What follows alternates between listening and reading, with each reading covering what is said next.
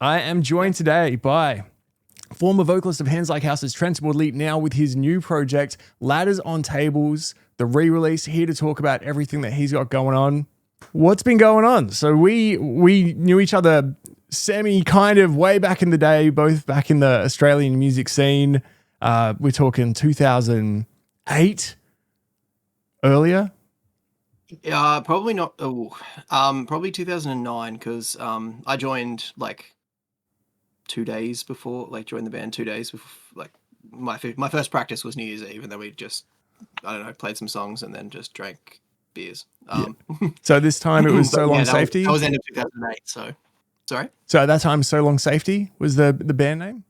Yeah, it was So Long Safety at that point. I think it was when we were in the studio making the first half of Ground Dweller that we kind of picked the name Hands Like Houses. We felt like, what we were doing didn't really fit the old name. It was kind of a pop punk band, and that's not really what we were trying to do.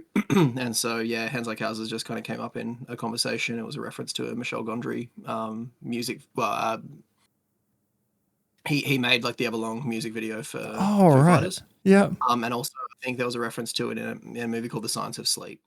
Which Michel Gondry directed, and it was a recurring nightmare he had as a child of having like super like massive hands, like the Everlong video. I was gonna say, yeah, that explains a lot. I didn't realize that's where that came from. Yeah, I mean, it sounds stupid and dumb, but it alliterated and it's memorable and it stuck. Somewhere on one of my phones, there is a photo of me and all the guys from my band making a house out of our hands. I think we at some point sent it in a MySpace message. We liked the name. When it was like, hey, Hands Like Houses. Now we finally got around to actually using that as our art for the self-titled EP in 2020. We had someone in a crowd, kind of one person went like this, and his mate stood behind him and went like that over the top. Perfect. And it stuck in my brain. So when we came around to making that EP, I was just trying to think through, like, we talked about doing a self-titled thing, but yeah, I kind of took a photo of my hands like this and then hands like this, and kind of remade them in a design program and overlaid them on each other, and then the band sent that off to someone else to remake and look almost the same but not the same for some reason. I don't know why they did that. Maybe it was a trust thing, but we ended up using that because it was kind of that whole thing. Like it never really had a meaning, but people someone kind of said to me once, like, oh well, for me I feel like it means that you hold on to things that you care about. And I'm like, I like that. Sort of, make a safe place through holding on to things. Oh, very nice. So, it's a cool idea. So that stuck, and now my hands are not on that record, but hands that look like my hands making that shape are now on that record, or on that EP. The concept, you're the owner of the concept of that one. Fantastic. Absolutely. Now the new name for the new project, Ladders on Tables. So kind of sticking with the house theme, how's this come about? What's the story of this name? So I actually got to the bottom of this recently because someone told me quite sheepishly that they knew where it had originated. So if you remember Kingdom Leaks, the website? Kingdom Leaks? No. Between Napster and the Pirate Bay, and it was kind of the scene destination for leaked records, basically. Oh, right, yeah. Back when piracy was a thing pre-streaming. And someone in their community kind of put up a post in their forum saying new song by Hands Like Houses called Ladders on Tables coming next Monday, and we're like in the studio making our next record. That's not true. Yeah. But it kind of really took off in our little kind of burgeoning community at that time, and people got really attached to the idea it was happening. And then while we're in the studio, it so happened to be April, and we took a photo of Ladders on a Table, but yeah, we kind of posted up the day before because it was April Fool's Day in Australia. We put up Ladders on Tables out tomorrow, and then we put up the photo of the ladders on a table and said April Fool's suckers, but we got everyone because of the time difference. Oh, fantastic. So yeah, it's a dumb in joke, and it's a terrible band name realistically, but it felt like a cool little like homage and acknowledgement of people that do go that far back if they get it. It's an if you know type thing, and it just felt like a small departure from, Hands Like Houses thematically. Somehow those things seem linked, whether it's three words together or whatever, but it just felt like an appropriate thing for the scope of this project, which is about, kind of acknowledging that journey, where it started, kind of undoing years of kind of creative habits that had kind of grown up around the very specific, creative shape or dysfunction, depending on how you want to look at it, of Hands Like Houses over the years. And for me to kind of figure out what music was to me, how I wanted to reapproach it and kind of separate myself, kind of felt like going back to the beginning and then working my way forward again felt like the right thing. So yeah, kind of all felt thematically on brand to tie it all together. So about 2 years ago, I think you've said that it was about recording process about 2 years for the current project. How did it first start? When did you first have the idea of this is what I want to do here? I mean, I wanted to be honest, during COVID, when everything was shut down and we were kind of figuring out how to be a band still in light of that, I proposed it to the band about like, hey, well, why don't we remake Groundwell? Like, people have always been crying out for a remix or a remaster, which was never going to be possible because the original sessions were lost through, time and misadventure. Like, our backup hard drive failed. The original hard drives that had the stuff from Cam, the producer, all vanished in a move and in a bit of an acrimonious breakup. Oh God.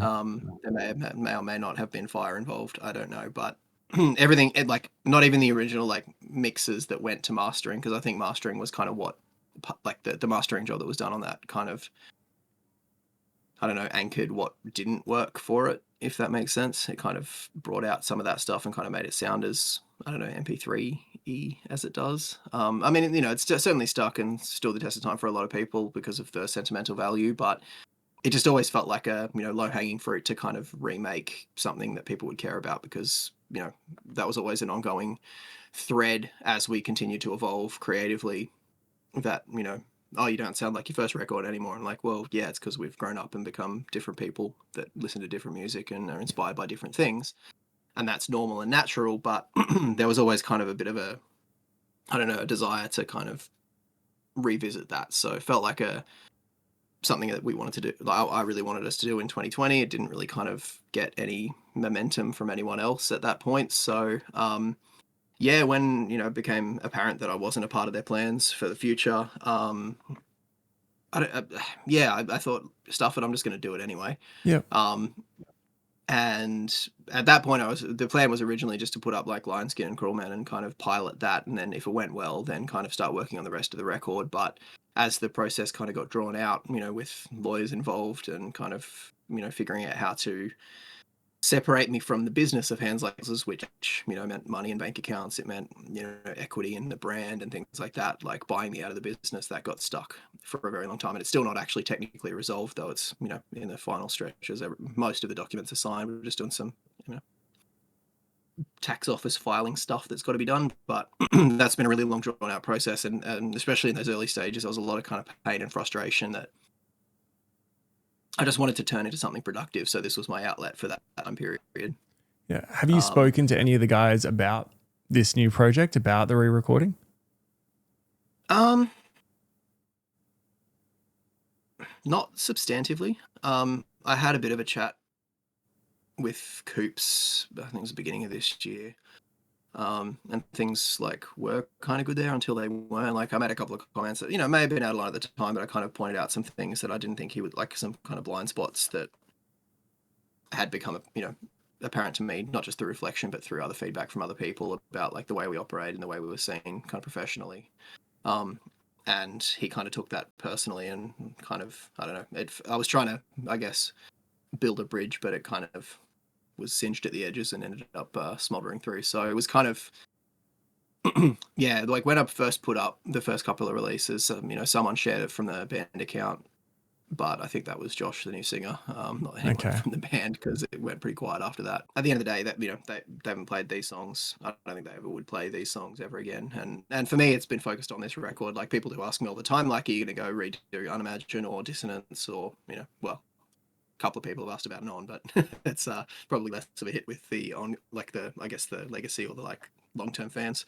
But On was the most successful record to date in a lot of ways. But yeah, like, people have asked like, are you going to do later records? And I was like, look, given the amount of work that went into this one, no, I think there's a fine line between, hanging on to the past and celebrating the journey. And that's what this is about, is kind of like an end-to-end thing where I can kind of pick up something, get what I need out of it, and then kind of cap it off, and then move on to new things with all of the experience from the journey on, like in between those stages. So yeah, it's been really healthy in that regard, and excited for what it's kind of enabled. I mean, Bahador, my guitarist with this, he's he's part of the new project, which is still very early days.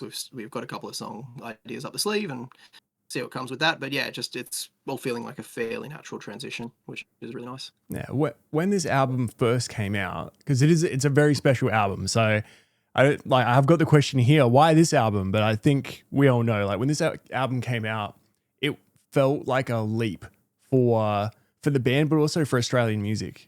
Being in a band at the time of the same scene, I remember sending as the songs came out, as videos came out, sending it to the boys and being like, how do we check this out? Like, how are we supposed to compete with this? What do we do here? Did it feel like that for you? You guys were in our MySpace top 8 at some point, I reckon. Yeah. I feel like you're that we wanted to do stuff with when we were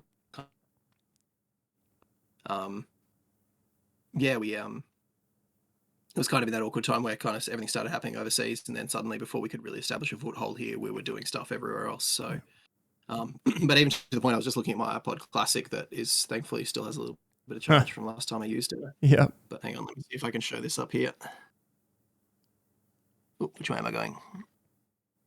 It's an awkward Hey, sorry. There it is. You won't let go, Capulet. Very nice. I love that in that little scroll there, I saw Built on Secrets, still very good friends with Richo from Built on Secrets. Just saw him recently, he came down to Adelaide to go to Bill Murray with us. And I saw Broadway Kingdoms, one of my favorite top 5 albums of all time. I still chat to Misha's mum regularly. Oh, that's incredible. That is incredible. So yeah, in that time, when you guys were writing that album, what was the difference from what you'd written before? Did you feel like you were doing something new, fresh from everyone else? Yes and no. Every band thinks they're doing something amazing until they've kind of done music long enough to realize that it's all just people doing the same thing different ways. But yeah, we drew from plenty of home references, home and away. Bands like yourself, Built on Secrets, City Escape, who have come back and done some stuff recently. Yeah, incredible.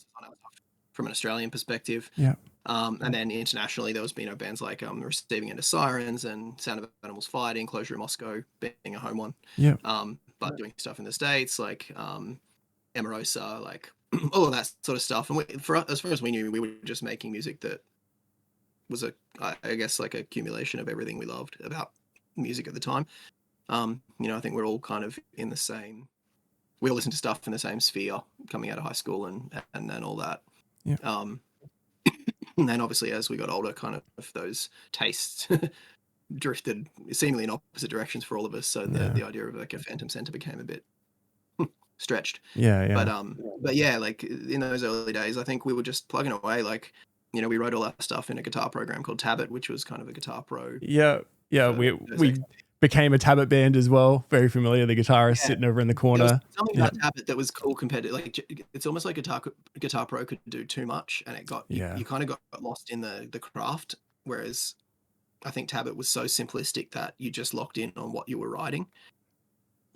Who was the main writer, you would say, or was everyone equal for the Tablet files? And I'd say probably Coops was the primary tab lord. Yeah. He was one who would kind of just sit and just noodle away for hours and kind of tab things out extensively. And Alex would write stuff because his rhythm guitars were more Alex was always kind of an expert regurgitator. You'd give him 3 songs and he'll write something that kind of sounds like all 3, but none of them at the same time. But it was always kind of like a reflection of kind of what we were listening to, whereas Coops was a bit more adventurous, and I think that balance is what worked well in those early days. So Coops would write something, Alex would put some rhythms underneath it and maybe do some drums between them and flesh it out. And then we had this whole mentality of doesn't sound right yet, shove more shit in. So we'd throw in the same guitar lead but on a vibraphone, or write a guitar part that we just transposed to another instrument, and then suddenly you've got a dueling guitar part that's one of which is played on a keyboard, and very occasionally we'd kind of play keyboard sounds into it, or like send MIDI out from the computer into the keyboard to then play it back, depending on the complexity of the part. Jamal was probably more involved in Unimagined than Ground Dweller writing was from a keys perspective, but yeah, that was kind of our thing of just, we were just in our bedrooms, just, I was living with Coops for the first 6 months that I moved back to Canberra after going to Queensland with family. And yeah, we just sit down, lock in, and slap away at just making stuff sound as good as we could, which was absolutely rubbish, but it was what was available to us at the time. And that's, it got the demos together that we took with us. And, a lot of those sounds stuck around, even some of the horrendous 8-bit MIDI sounds that, This Ain't No Place for Animals. Like, it was just a special effects bank in Tablet that we just made this weird kind of beat of sorts out of. And to the point where recreating that for this record, I actually went and downloaded Windows XP and Tablet, installed them on a virtual machine on my, God, 2022 MacBook Pro. Yeah. It was horrendously out of sync. Like the emulated synchronization was pretty horrible. So I had to like kind of chop it all up into the individual kind of little sounds and spots and a grid align that. So it took a lot of work this time around, but that was kind of a cool, reference to like how it started, what it was in the first place. Yeah, that screams labor of love to go to that detail to recreate that initial sound to get it recorded right. Oh, dude. Yeah, that was one of the more fun ones. There were some sounds that drove me absolutely freaking nuts on this record, to just try and recreate close enough to feel like it, matched. It was authentic to the original. Like there's like a bit crushed bass drop. Yep. That I had no idea what the hell I was doing back then, but it became like, it was in Watchmaker before it goes into like what was originally the Matty Mullins feature and has Hands on it now from Woe Is Me. Yep. But yeah, there's like this, but it has like a bit crushed sort of sound, and I just could not get it to sound synthetic enough. Like it was always too bassy or too distorted, and ended up actually buying a little bit of kit called a Meris Auto Bit. It's a ring modulator and bit crusher all in one, and basically I just had a looping bass drop playing through it, and I was just tweaking the settings one by one just till I stumbled on something. I was like, oh, that's not it, but it's pretty close. I'm going to just print that. Yeah. And go. And I that's literally the only thing I've used that little bit of kit for. Like, it cost me a couple $100 on like clearance from my local music shop. But it nailed that. But yeah, there was a lot of sounds like that on the record where it was just like trying to recreate something when you had no idea how you made it in the first place. It was a battle, but labor of love indeed. Yeah, and you guys, with that level of getting into it, trying to recreate that sound, you guys always seemed to have a DIY, like able to get things done mentality. The Lion Skin acoustic video, I still bring that up on streams once every 6 months. That video had a huge impact on us. Sorry? I've had a few haircuts since. Oh, yeah, the style going on. That was incredible. Do you remember the process of that? Do you know that it had an impact? Did you guys know that was going to be something special? Or? Yeah, there was like in those early days, people always wanted it like a recorded version of it other than the video, like a CD or whatever. Well, it was pre-streaming, so I can't really remember how people wanted it. That wasn't, I don't know, I think they just wanted a downloadable they could stick on their iPod maybe. But yeah, like it was something that we did. Coop's brother was a filmmaker and videographer, and he kind of coordinated that shoot. We shot it in my lounge room where I was living at the time. Like we didn't have much furniture in there because share house and ain't nobody going to pay for that. Yeah. But yeah, we just had the space and had the room, and that was the room my recording setup was in. So we just set up and recorded it really.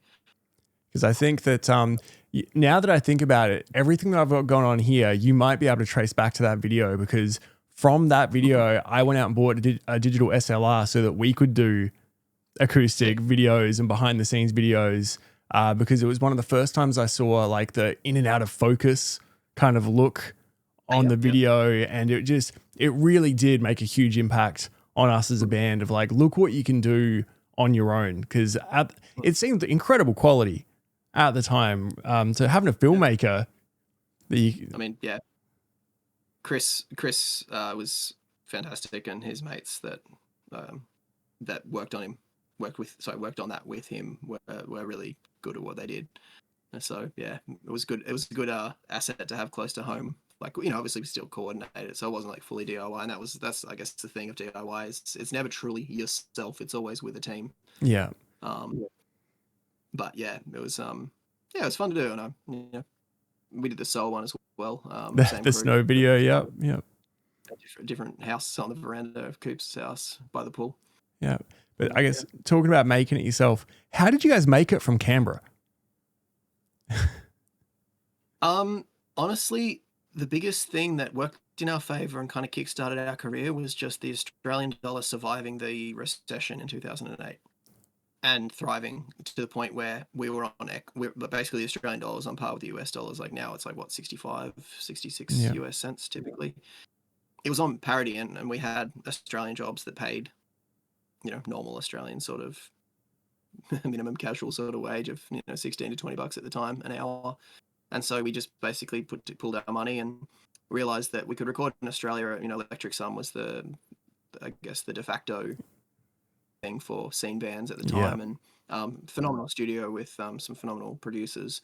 But we realized that for the same amount as going to Sydney to record, we could go to Florida, work with Cam, who was doing all these big records like, you know, Memphis Mayfire's The Sinner. I can't remember if that was the album or the single, but Sleeping with Sirens, Woe Is Me, like all that stuff that was kind of coming out of that, like Broadway. As mentioned earlier, like all of those bands that were coming out of that world that we wanted to be in were coming through this studio, and we're like, we can get there and back for the same price as going and staying in Sydney for a couple of weeks. That is insane. So let's do it. And Cam was for Rise, sent it through to the, you know, I mean, we kind of shopped around a couple of record labels, had a few little kind of nibbles, but Rise were the ones who kind of came through and offered us something. It was a shit deal in retrospect as far as physicals go. That was just the nature of the industry at the time. Like, you know, 13% on a record was normal. Yeah.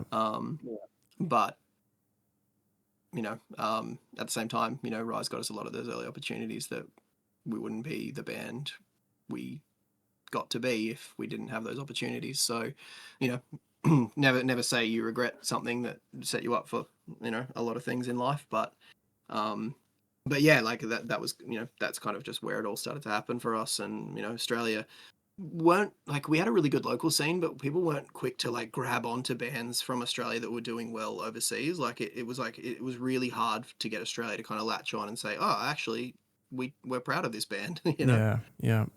Especially because everything was so heavy at the time as well. Like we were producing like deathcore bands like you know, The Artist Murder, Hiroshima Will Burn, like all that sort of stuff that seemed to be the scene in Australia at the time, and we were just this poppy, jumpy, electronic screamo band without the screaming. And it just, I don't know, it took a little while to kind of what we were doing and what Australia cared about to align.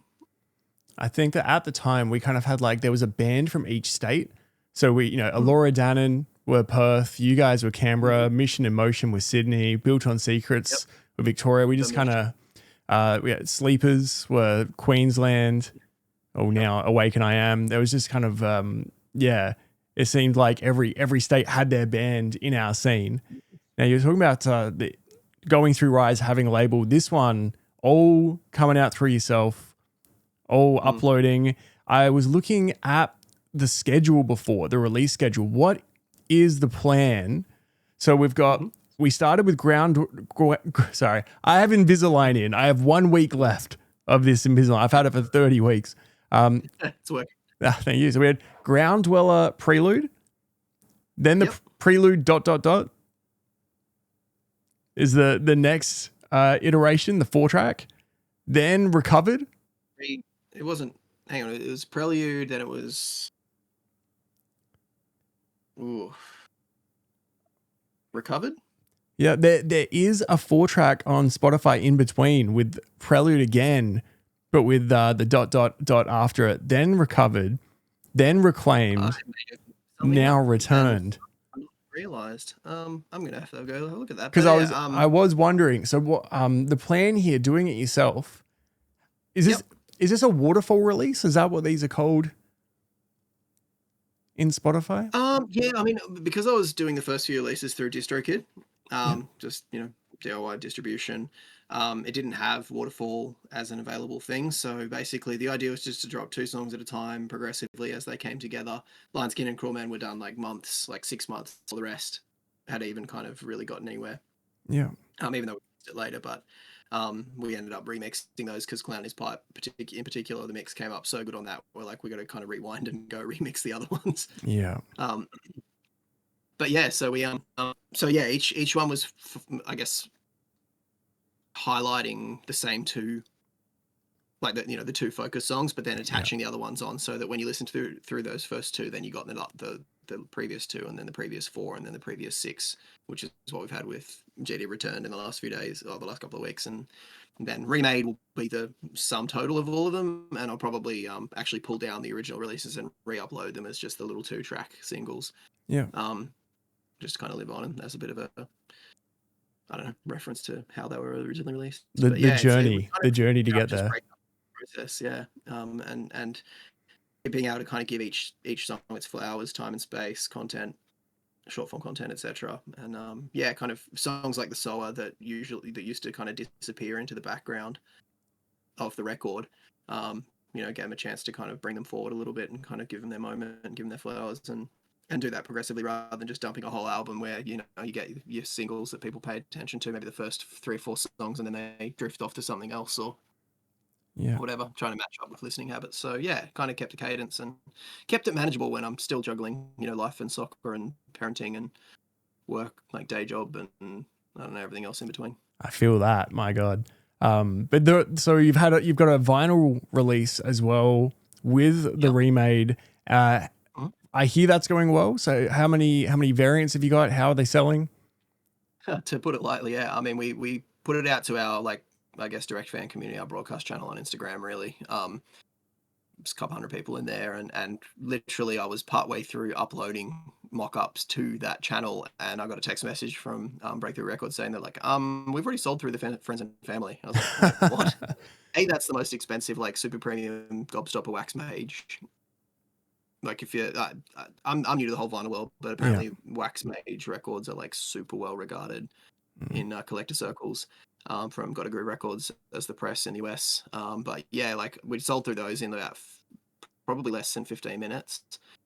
Within half an hour of the initial kind of launch, we also sold out of the Wax Mage kind of mystery vinyl. Yep. We put up 50 Nebula Deluxe vinyl, which, as the last I heard just before dinner tonight, we'd sold through 40 of the 50, so we're going to tack an extra 25 onto that one, and then call it at that, just for the morning, because we've done all this really nice little bit of content for the morning, and it's gone. Yeah, if it's gone by then, it's a bit of a wasted effort. So we're going to tack an extra 25 onto that one, and then we've got the standard variant, which is already sold like about half of those. So we do have another drop up our sleeves, and we're looking into like an extra little kind of boost. But yeah, I've been so blown away just how committed people were to that, especially, like, we've got 400,000 streams. That's like not shit, but it's not enough to build much on, so, and especially for a record that people have heard before in a lot of contexts, like,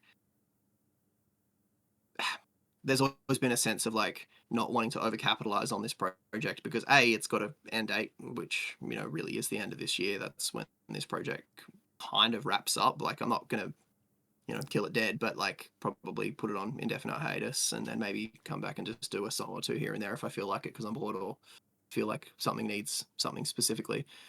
But yeah, like, kind of coming back like that, you don't know how it's going to go, like, especially when it's been 3 years. It's been that long since I've been out of the band, whether people knew it or not yet at that point, but like, so it's something that could have just not happened. It could have just flopped. It could have just gone out to crickets, and fair enough. Like, I'm not entitled to any sort of recognition beyond what I've kind of earned through my past career. But like, just to have enough people to sell through that, so what's the word? I don't know, so strongly, so powerfully to sell through those things without a second thought, like not even complaining about the price of them. Because yeah, like the more than I would personally spend on a vinyl, but I know that for collectors, like these are the things that do get snapped up for $50 and then sold for 252 years later. Like Yeah. I get that that's how it works. So, but yeah, just showing it directly to fan community. It didn't even go. Originally, the plan was to have it up for 12 hours and then put it through to Breakthrough Records' own community, who are avid collectors and often will just buy things just to have them Yeah. as part of their collection because being for whatever reason. Um, and yeah, we've pretty much sold through it all before it's even gone to that. So I think they're sharing it in the early hours of the AM Australian time, just a few hours head start on the public on sale, and then we'll have those 25 and 50 to go through. And if they go, they go. Would love to say that we could do more, and we do have a very limited drop in a few weeks' time. That's super cool in its own right. But yeah, like it's kind of been a really odd, surreal, like, oh wow, people actually care about this. That's really affirming. No, very, very highly regarded bands. I only know from within the music like community at the time, because I feel like we were a band's band, so I kind of felt that respected by other bands but didn't quite have the large following. So you guys respected by the bands but also like made it, like you're saying, getting signed to Rise, working with Rise and them being the label of the time, having huge collabs on the albums, everything going well. So I think it maybe you guys Anyway. I think maybe you guys weren't realizing at the time how much it meant to everyone else around of how good it was. I did want to ask about the artwork. So we've got the reworked artwork. How has that come about? So trying to think how to not go down a really deep story rabbit hole, but Okay. Basically I had at my second or third to last Hands show, was in Brisbane, and got in a conversation with Tom from Galleons and Valiant Hearts. Oh, yes.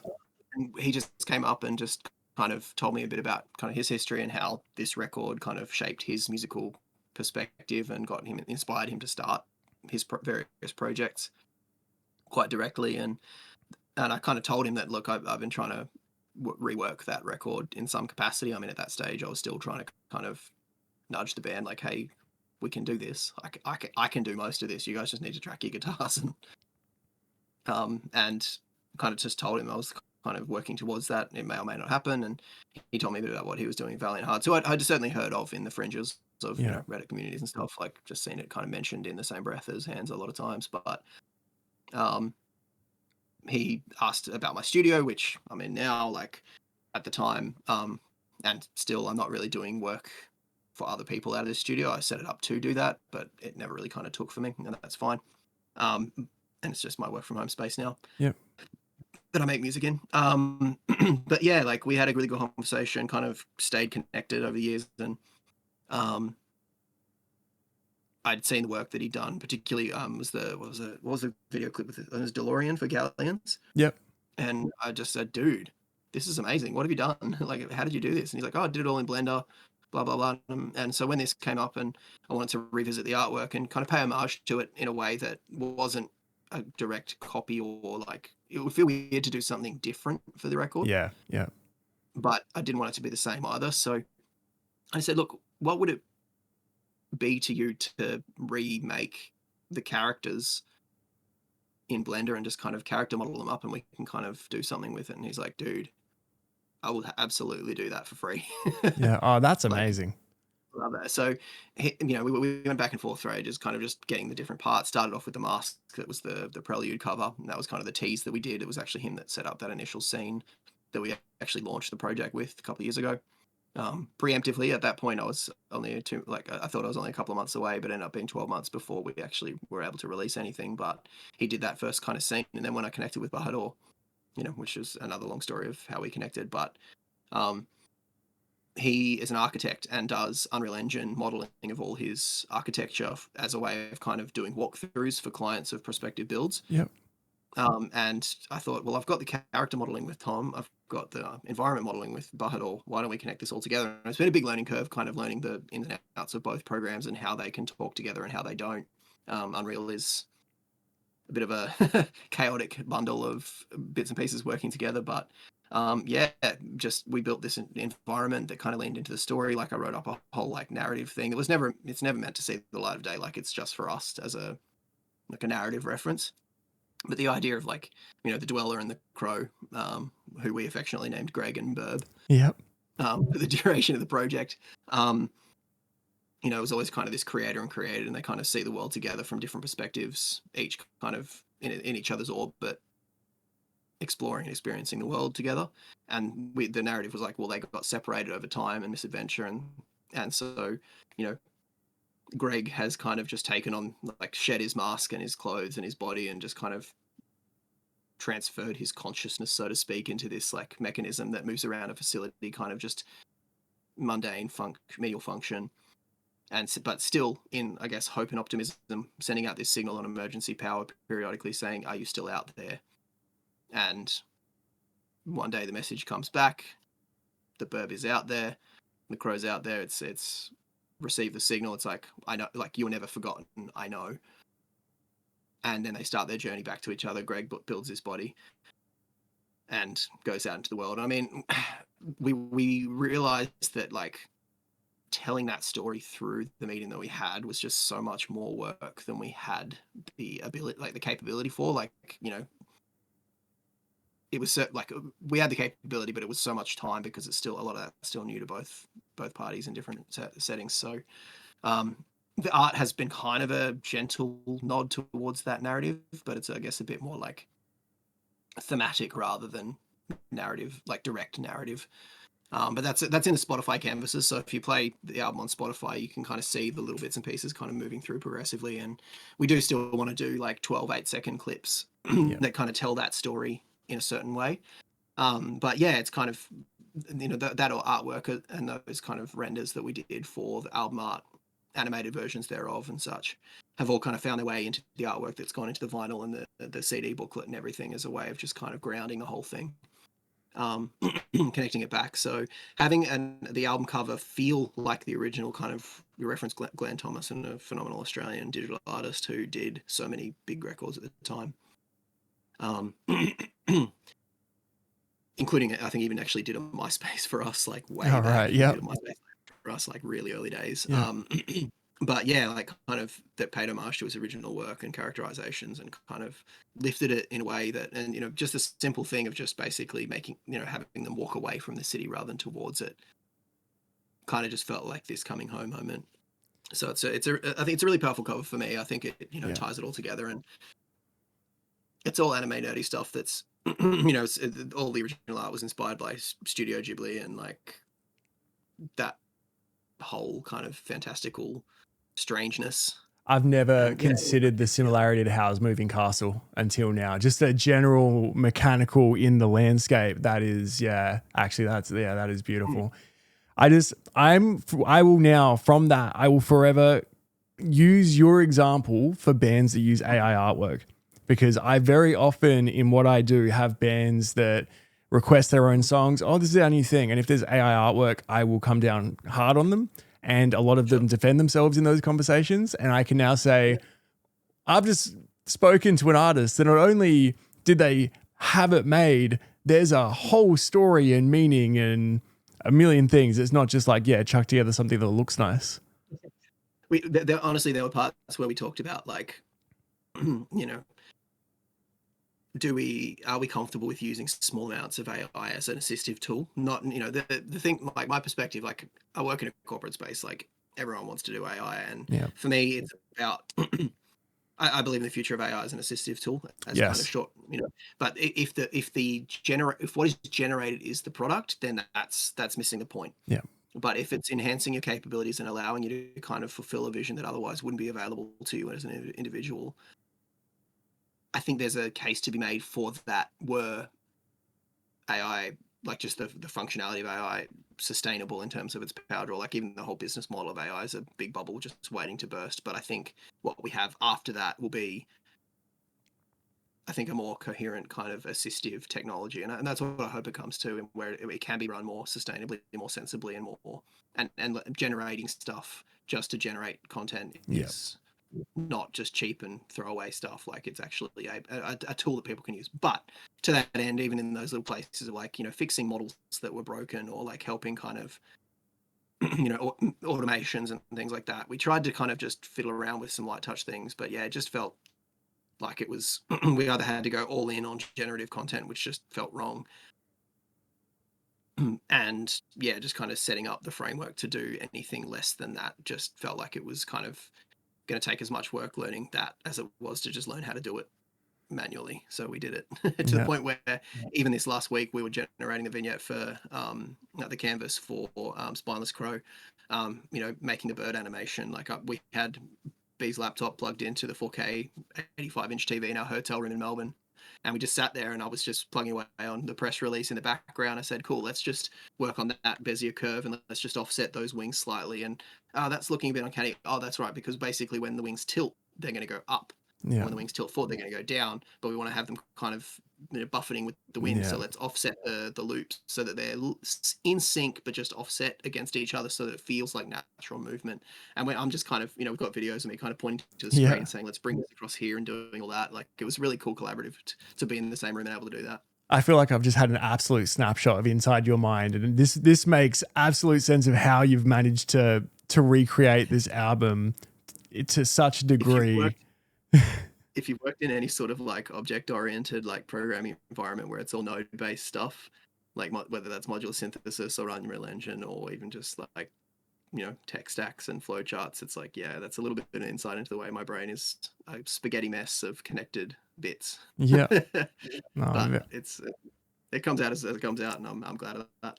Oh, very good. All right, now if you've got time, I'd love to just talk about influences, early music influences. What was your first album like that got you into rock? I can see it right there on your shelf. Linkin Park one. That's what I like to hear. Hybrid Theory. Beautiful. And you prefaced this question earlier, and I gave it some thought, and that was the album that got me into rock. And the reason was because I lived across the road from my school, and school day started at 8:40 at my school. Yeah. And Dragon Ball Z started at 8 a.m. on Cheese TV and dude. finished at 8:30.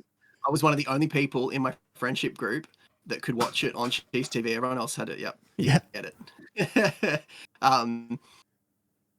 I was one of the only people that could actually watch the full episode and still get to school on time. Oh, unreal. So I would often catch people up about what happened, which often was not much because he was working on the Spirit Bomb for like weeks. Yep. But Frieza saga. Yeah. It's been a while since I watched it, but that stuck with me. But anyway, that album was advertised during Dragon Ball Z. And I remember seeing the video clip, and I remember having this visceral response like, what even is this? This is like screaming. I don't get it. But the more I was exposed to it, something just connected, and I was like, okay, this is sick. Yeah. And that indirectly got me, I was in a Christian school, church environment. And so for me, it kind of went quite quickly. Like, I guess my music taste kind of spiraled quickly from Linkin Park to like, I guess, Christian equivalents, which there wasn't really any, but, went through like POD through to like, it eventually ended up with like Under Oath, Norma Jean. Yeah. That whole. You made the new metal to screamo jump. Transition very quickly. Yeah. As that all kind of started coming around kind of in the mid 2000s. And then, that kind of was my entry point into the scene of bands like Chiodos and Trios and Pierce Veil and Sleeping Sirens and all that sort of stuff that kind of, I guess, made my musical foundations growing up in that. So yeah, that was kind of what got me into the music, was that record. And then, Meteora, I remember when that came out, my friend and I would, bought the CD, went home to his place, ate Skittles Mints and read White Dwarf magazines while listening to this album. And I remember us just sitting there with our mouths, like our jaws on the floor, just like, oh my God. So Meteor is a very, very, very close second, but Hybrid Theory was like the cataclysm. In the spirit of just reaching out and grab, I don't have it in here, my Space Wolves, I don't have it. I'm also a Warhammer guy. I've got the tub with all the Space Wolves out in the garage, and I've got how good still. Oh, dude, that is incredible. That is incredible. So little bit of a sneaky tease there. We got a Yeah. merch drop starting next week with a couple of shirts and that little bad boy. So Will those are you being resin be printed down the road as we speak. amazing? Will you be custom Yeah. painting any of those with your Warhammer skills? Oh, you shouldn't have seen my Tower Army. It was gross. Okay. I'm told that paints have come a long way since in terms of their viscosity. I Yeah. remember just like the sticky old school paints, and I just would look at these results people had, and I'm like, how are they getting this with this paint? Yeah. Yeah. But yeah, no. So TBA on that. We're tossing up whether we sell them unpainted or painted or both. I may be if I can wrangle the time in between everything else. I'm keen to go down to. So the Proxy Wargaming is the business that I've hit up for this. It's just a guy based out of Sydney that has like a bunch of 12K ultra high res large format resin printers. And he makes a business of like, Warhammer style fantasy miniatures for tabletop gaming. And yeah, he's running these up for me. And ideally, if I can squeeze an afternoon, I'm going to go down, sit down with him, paint it, get a mate to come along with a camera, and just kind of, yeah. So it should be a relatively easy one to paint with, like, some base colors, bit of a dye wash, some light dry brushing, just to kind of Yeah. get the highlights. And we're not going to go hard out with it. We're going to try and keep it as like simple as possible because we're going to have like dozens of these things to Yeah. do. So we might do like 20 unpainted, 20 painted, something like that. I dare say one of those painted by the artist may go quite high with the fees there for sure. I think it will be the two of us working on it. His painting skills are probably above mine are going to be, but I'll be there involved. I actually know. I don't know if you ever knew SA band Bridge Arcadia. The guitarist now paints 40K professionally, so I'll keep that in mind if you ever wanted to get some of those done at the highest quality. I know a guy. Look, I am kind of excited to see what people do with them if we do sell them grey. Yeah, yeah. So yeah, I kind of like the idea both ways. So we'll see what we can wrangle. But I suppose that's somewhat on the down low. But if people are stoked, it just means they'll sell through and we can maybe print more. That is incredible. What have you been listening to? What are you listening to now? What are the things that you're listening to during this process? I mean, during this process, I've got a playlist on Spotify called Trenton's iPod that's got a handful of like direct references for the record. That kind of gives a bit of and I've been kind of revisiting a lot of that stuff. So, old Shadows, old Receiving End of Sirens, those ones always jump to front of mind because of the, electric pianos and vibraphones and stuff that they would use and the kind of the distorted electronic drum beats. That's always been kind of my basis in that sort of thing. Yeah, I mean, that's kind of what I've been listening to in the context of this record, but in recent times, like House of Protection's been like my number one played band of late. They're just so damn good. Yeah. Listening to a lot of Let Live with them coming around this last couple of weeks for their final shows, which was really wholesome, really nice to see them, especially Sky playing bass for them, knowing from Issues days, and just got to have a bit of a quiet beer and at a dingy little pub around the corner from Max Watts in Melbourne, and incredible.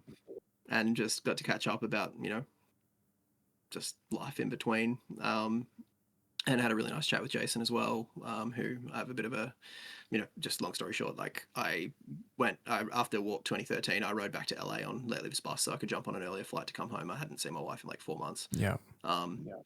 Then fiance, but still. And so just hitched a ride with them because I knew they were going direct back to LA, and just ended up spending most of that drive just in the back lounge, just chatting about like everything with Jason, just life. Ended up going to his house for the afternoon while I had a couple of hours to kill, and just had a quiet lemonade and just sat and talked, and it was just really nice. And it, I don't remember what we talked about other than we just talked about like the way we saw the world, and we reconnected kind of years later, and he actually responded to something of mine that I'd posted up, and we ended up just kind of hitting off and having another chat again, and just there was just some fundamental like universal connection at the time, which was really nice. So anyway, that Black is Beautiful remake that they've done has been kind of getting heavy rotation lately.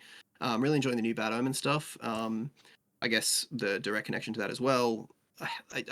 I'm not good at like listening to music to just discover stuff. Like there's always like a personal stake in some capacity. Yeah.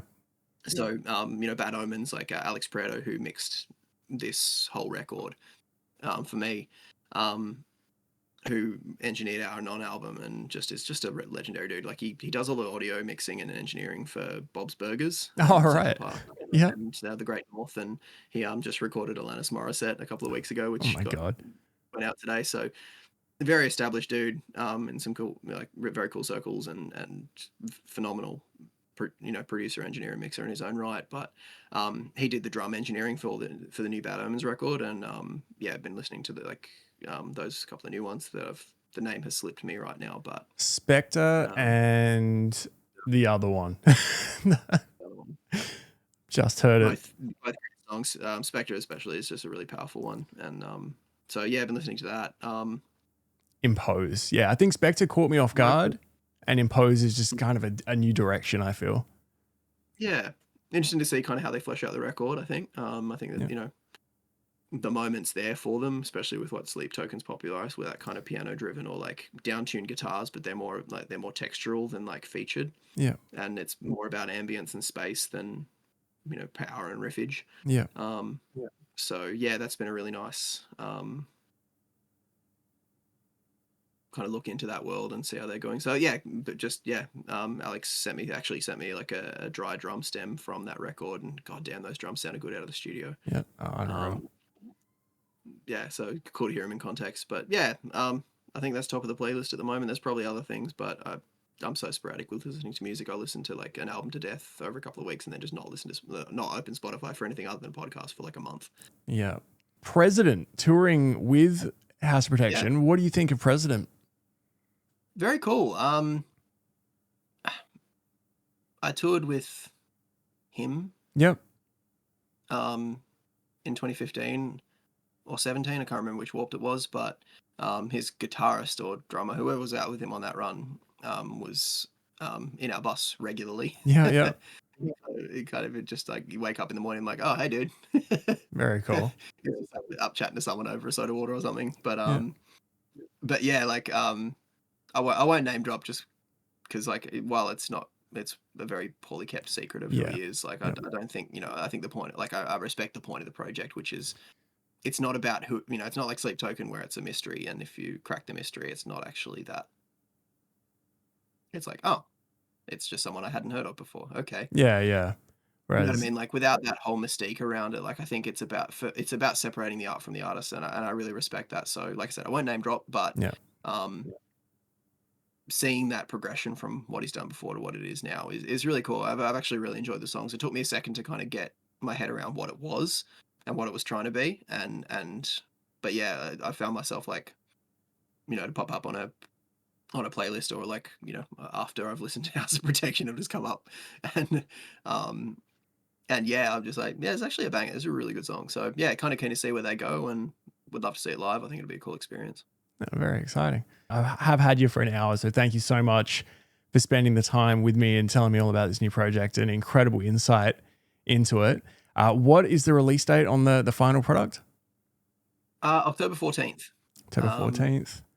So that's when it hits streaming. The vinyl will ship when it's ready, which unfortunately is not as close as I'd like, but we're working on a couple of things to get some stuff sooner. But the streaming hits October 14th. I think it'll be about a month after that we'll release the a cappella and instrumental versions for streaming. Oh, perfect. We've got so we've got the deluxe CD and the standard dual CD both dropping, which hopefully we can start shipping out as soon as they're ready, unless people have like joint orders with CD and vinyl. It's all a bit of a progressive thing, but October 14th, which is actually really close, which reminds me I haven't actually uploaded the digital masters to the distributor yet. That's the face of a very busy man. Like I have two lists: the list of things that I need to get done urgently, and then the list where other things go to die. Hands Like Houses stuff seems raw, man. There's still the sense that like 15 years of my life just has this this tint over it, and that's still not something I've been able to grapple, especially when like I've lost friends in it. Like I'm not going to say I was close with the whole band, like for various reasons, different relationships within the context of the band, like but at the end of the day, I've lost people that I lived with for 15 years. Like no matter how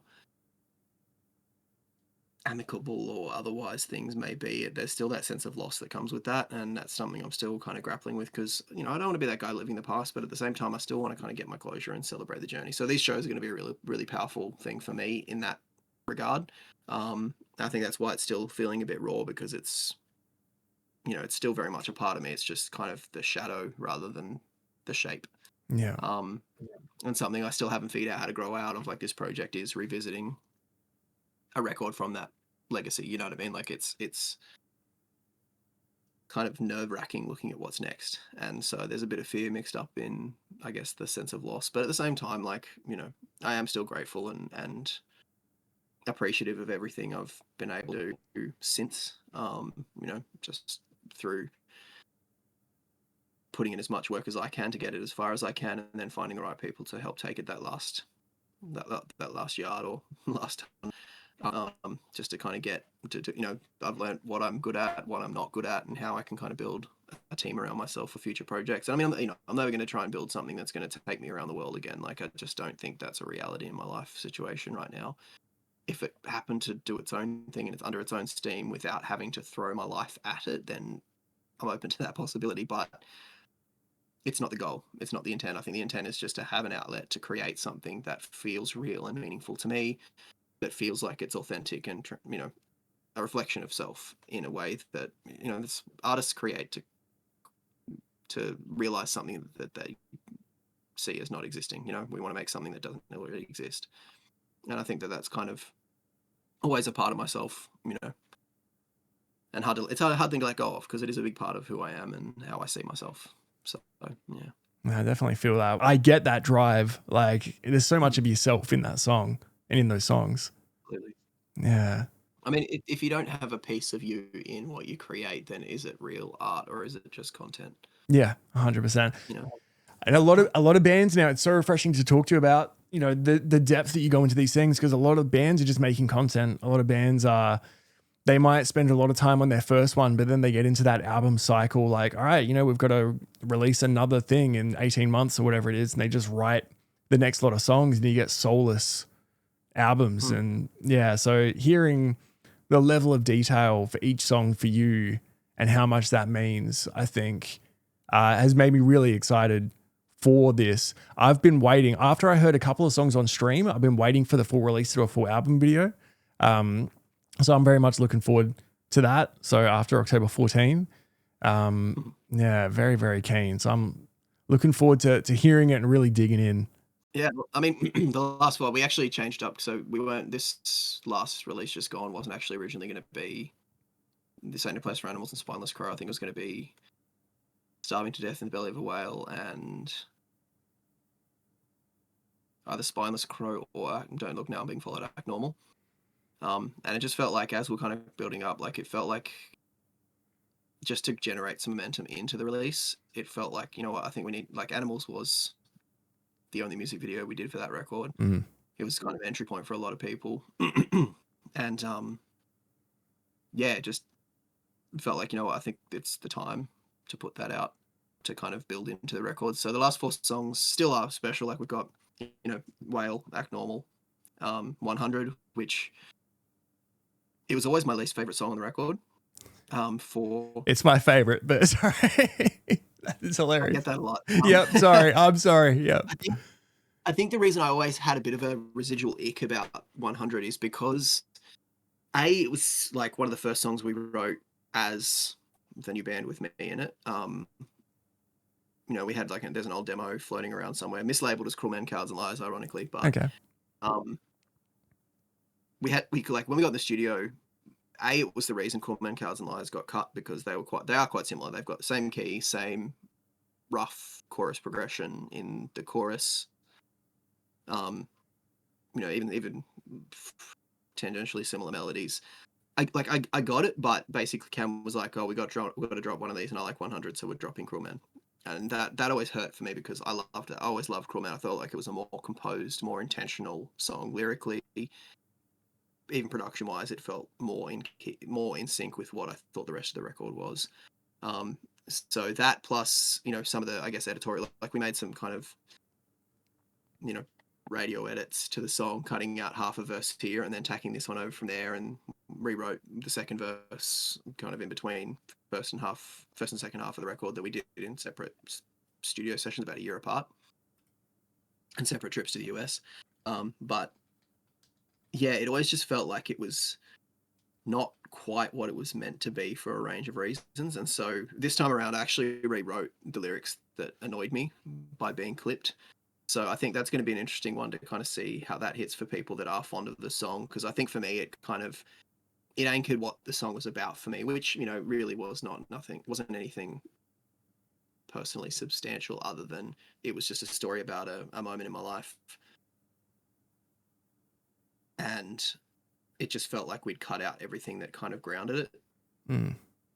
And there were like half finished thoughts in the verse and things like that just yeah. So I'm really happy with what I rewrote for it lyrically. Like it's not a big departure. It just kind of fixes up the little things that I felt were like grammatically weird, or you know what I mean? I just didn't have a better idea of how to say what I wanted to say at the time. And with time and reflection since, I've been able to kind of, yeah, revisit just those couple of tiny little parts and still lean into the style of lyricism there. And I don't think I could write a new song that sounded like Grundweller now. I just don't think it's the way that I write anymore. Yeah. But just kind of trying to draw on the sort of imagery and, you know, sentence structure and things that I recognize as my patterns in that record. Just subtly rewriting those couple of parts, extending a verse out so that it kind of finished the thought, and then, you know, and even just the bridge, like just changing up the words so it actually made sense. Like, you know, my God, it must have been days or something like that. It's like, you know, my God, why couldn't we stay? And that felt like it was actually more authentic to the moment. So it's one of those ones where people are going to hang on, wait, this is different. Yeah, I'm very. That's my favorite bit as well, the bridge, and it's the repetition. But it's like there's a lot of repetition in that song. The vibe is there. Yeah. But I think it's very excited. If we've gotten this far into the record, and that's the point where people say, hang on, wait, this is different. I think I've done well in the rest of it too. Yeah. So I feel much better about the song now. Yeah, for sure. I think that throughout, because even from the other ones I've heard, there's a lot of, oh, this is different, but that's what we want. Like if it's the same, we'll listen as fans to the OG. So listening to this, I'm very interested now to hear those changes and those lyrics. Can I just maybe I can send you a preview link. Yeah. If you don't mind, how old are you? Old enough to have to think about it. 38. 38. All right, because I'm about to be 39 because I'm October 9. Birthday 39. I'm just from the stuff that you were saying with like getting Meteora. I used to tape every Dragon Ball Z episode in the morning and skip the ads on Cheese TV. And then when you talked about, because Linkin Park was my favorite album, Hybrid Theory, and I'm like, is that why? Did I see the ads and I didn't realize that you've just opened something up there? When you bought Meteora, did you have the DVD with it? No, I don't think so. Okay, so that's what got me into making music. We're not talking about Live in Texas, are we? No, the making of Meteora. They bundled into the edition that I got. They bundled this DVD where, because there'd been a lot of articles about ghostwriters writing Hybrid Theory, so they in detail recorded and explained the whole process of writing and recording Meteora to prove that they did it. But what they did is they gave you this is how to be in a band, like step by step. This is how you write the songs. This is pre-pro. Yep. This is tracking. And I used to watch it every weekend. I'd be playing PS2 and watching the DVD. And that's what got me into being in a band, music production. And when you said Meteora before, I was like, oh, I hope you had that DVD. Dude, there was a couple of little story spin-offs from that. But like, I do love the approach that they have always taken with the LP Underground. Like, I actually really want to go back and dig up a lot of that sort of content from, you know, the LPU. I really should ask some questions because, fun fact, the guy who produced our on-record, Colin Britton, is now their drummer. Oh, unreal. Unreal. Dude, I was watching it. He has sat in his chair writing songs with me. That's incredible. Like, legitimately, actually not this chair, I got a new chair, but this room, he has sat in here at this computer, at this desk. Oh, that's amazing. Writing songs together, and he's now in my favorite band of all time. So that's like still weird as fuck, but cool. That is amazing. But I should put in a word there. I was like, do you guys have like a back catalog of all? Because they're still doing that, like with all the From Zero stuff. they're sharing these bits and pieces about how that's been, the process there, and having, knowing Colin's creative process from being in the studio with him for an album and a half, like it's cool seeing the way he has influenced their songwriting in a way that, like, he's such a phenomenal producer when it comes to like bringing out what made a band matter. So Story of the Year, for example, their latest record, I think, is actually their best yet. Yep. Yes, arguably better than Page Avenue, and I know that that's a big call and a controversial one. Yep. But that, for me, that hit all of the places, and I think that he's phenomenal at bringing that out of a band. I think that I can hear what he's done to bring that out of Linkin Park, to make a record that feels, sure, it's not Chester, but I think Emily's a phenomenal, perfect, like, she is the perfect, there's a word, continuation. Continuation. I think that she's got her own successor. Thing that still feels fresh, but it's familiar enough that, like, having watched live sets, like live in Texas and stuff like that, like that scream, that's Chester. Like, she sounds like Chester in those live moments. She can sing those old songs in a way that is still close enough, in my opinion. Yeah. I get that that's not held by a lot of people, but they're wrong. Yeah. But seeing the way that they engage with that record and seeing Colin's kind of fingerprints on it, but in a really organic way, that record sounds like every Linkin Park record. Like, you can say that's the Hybrid Theory song, that's the Meteora song, that's the Living Things song. Like, and you can hear those all coming through in this beautiful new cauldron of Linkin Park. Like, for me, it feels like a genuine, authentic continuation, and I love that they've done that. And I really want to go backwards into all of that content about making records, because I think that that's when it all does make sense, because it is a continuity. Yeah, definitely go and look up Making of Meteora, I will, because it is incredible. I recently joined the LPU because when I was young, I didn't have the money, so I was never in it. And when you sign up, you log in and there's all the LPU releases. Oh, wow. So I never even considered that there would just be a bank of all of it. So I've been as big part of my content lately. How much is there on Reanimation? Sorry? Because that was like, Reanimation was almost as formative as the other two for me. Oh, you can't see I it. get it. My favorite. My favorite. I see the goddamn feet. Yeah. It is my favorite Linkin Park album. So it is so good. How good is what is it? Charlie Tuna on Forgotten. Yes, yeah, dude. Playing Tony Hawk and listening to that. Ceremony of, like, whatever. Yeah, like, that depth, just that grit in that verse is just like so good. I always loved the Aaron Lewis, the crawling with the strings and the amount of just like gravity that they bring to it. It was absolutely my favorite. I love that album.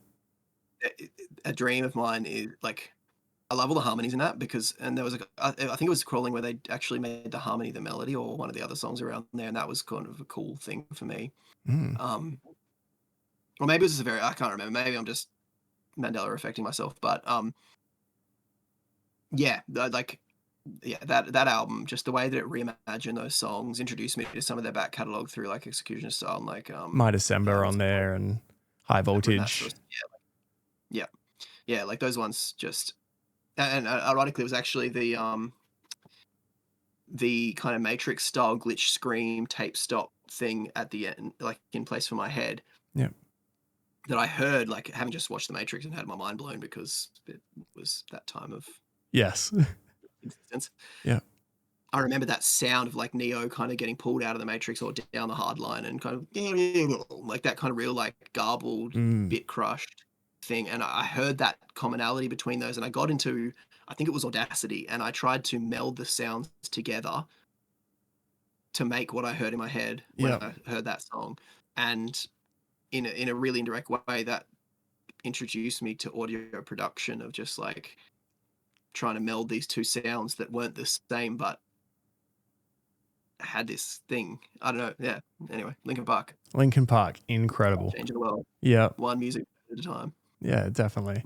And yeah, I just wanted to, I get a lot of into a lot of arguments in my comments because I do a lot of Linkin Park content. And the thing that I've gone to is whenever someone says that you can't replace Chester, she's not a replacement, she's the successor. So that's like the distinction that I've come down to for people that don't get it. Yeah. All right. Incredible incredible conversation, incredible insight into the creative mind. I'm so excited for this new release. So you're working, he's doing the artwork, and you've got a song coming up with Valiant Hearts? Valiant Hearts, yeah. Valiant Hearts. So did that come about as part of this project?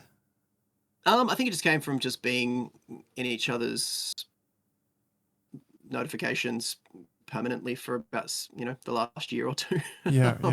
We're texting almost every other day, and it just kind of, as he was working on stuff, like I think that, he originally asked about kind of collaborating on something when we first kind of met in person, and I said, look, I'm not in a space right now, but keep me posted as things come together, and if I've got time and space, absolutely keen to check it out. No. But yeah, it kind of all just came through. Like he started working on this record. We were talking about just influences and formative stuff, mine in the context to this record, giving him insight into the record that he loved, and kind of talking about like what he's drawing from, even just understanding the distinction in his mind between Galleons and Valiant Hearts, what each is and stands for, even though it's a lot of overlap into even into the other band members. So,